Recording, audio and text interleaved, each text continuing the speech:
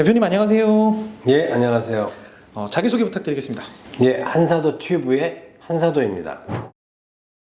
자, 오늘 첫 번째 컨텐츠로서 대표님이 하고 있으신 이런 사업에 대해서 전반적으로 흐름을 좀 한번 설명을 해 주실 건데요. 기업을 운영하는 대표님들이 주 목적으로 이 영상을 시청하시게 될 겁니다. 우리가 기업을 운영하는 이유에 대해서 한번 쭉 나열을 해볼 건데 돈 벌기가 쉽지가 않습니다. 자, 그 이유는 어떻게 될까요?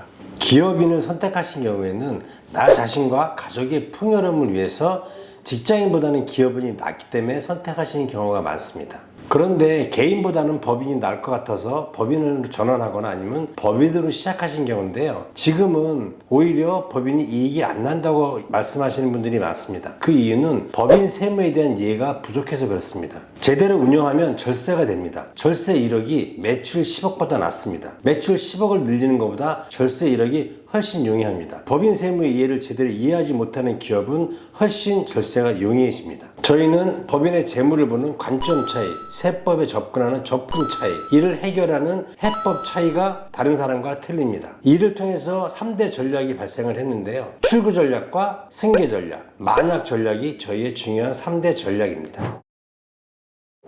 법인의 이익과 보수 인상의 이유는 무엇인가요?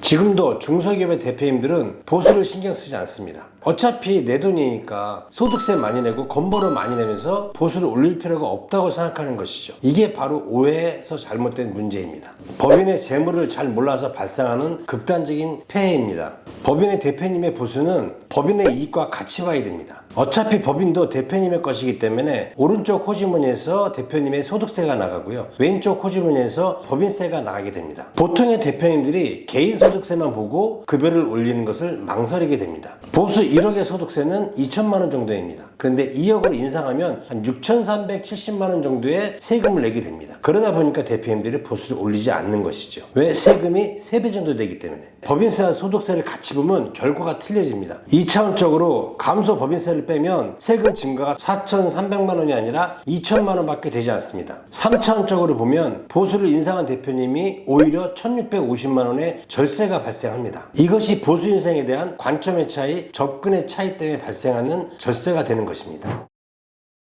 자, 그럼 우리가 준비해야 되는 퇴직금은 어떤 차이들이 있을까요? 법인의 퇴직금은 단지 대표님의 고생의 대가가 아닙니다. 법인의 승계 전략과 만약 전략의 가장 큰 역할을 하는 도구입니다. 20년 업력, 3년 평균 연봉 1억인 대표님은 퇴직금이 4억 5천만 원 정도가 됩니다. 가업 승계를 하고자 퇴직금 중간 정산을 해도 주식 가치가 커서 자녀의 증여세가 크기 때문에 증여세를 납부할 방법이 없습니다. 또한 퇴직금이 4억 5천만 원일 때 만약의 사태가 발생하면 그리고 가지입금이 있다고 하면 상속세를 납부할 자금도 마련되지 않습니다. 이때 퇴직금이 20억이라면 가업승계도 유리하고요. 가지입금이나 상속세를 납부하고 가족에게 자금이 남을 수도 있습니다. 바로 승계 전략과 만약 전략이 수립이 되는 것입니다. 대표님들의 퇴직금에 대한 가장 큰 오해는 퇴직금 규정은 한 가지를 퇴직금 규정에 정하는 것이 아니라는 것입니다. 세법 규정 5가지 중에 법인과 대표님에게 맞는 한 가지를 정해서 정관에 정한다는 것입니다. 앞에 예에 20억을 가진 대표님은 4억 5천, 4억 9천, 5억 4천, 6억 1천, 20억 중에서 20억을 선택하신 것입니다.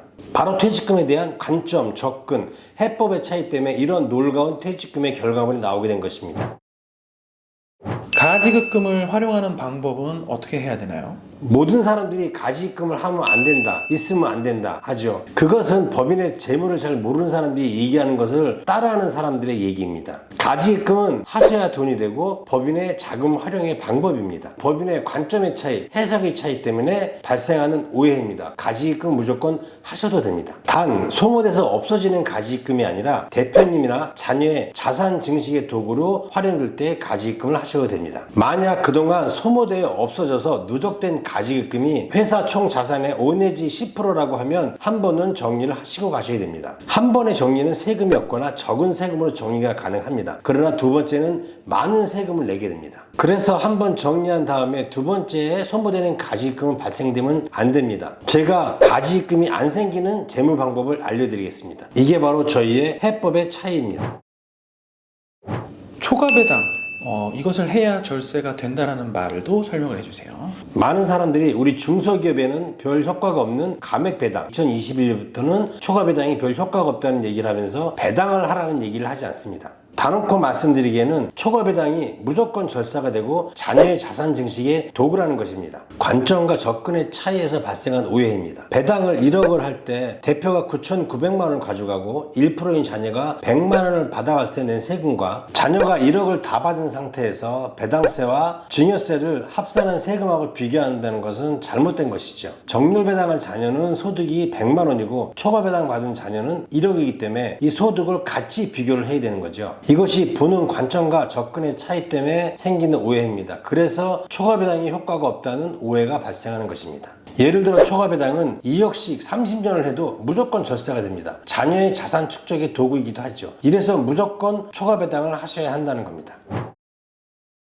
자기 주식이 절세가 된다는 것은 어떤 뜻인가요? 2011년 정부에서 착각해서 중소기업에 절세의 도구를 내려준 게 두 가지입니다. 하나는 초과배당이고요. 하나는 바로 이 자기주식입니다. 초과배당은 좀 작은 금액을 매년 할 수 있는 절세 항목이고요. 자기주식은 큰 금액을 10년마다 할 수 있는 절세 항목입니다. 회사마다 주주, 임원, 자산 형태에 따라 좀 차이는 있지만 1년에 6억 내지 12억, 22년에 18억에서 36억까지 세금 없이 잉여금을 정리할 수 있는 법인의 장기간의 절세 도구라고 얘기할 수 있습니다. 자기 주식은 종합소득세와 건보료에 해당되지가 않습니다. 상속 자산에도 포함되지 않습니다. 단 상황에 따라 상속 자산에 포함될 수도 있기 때문에 정관과 절차와 관련 서류들의 준비가 필요합니다.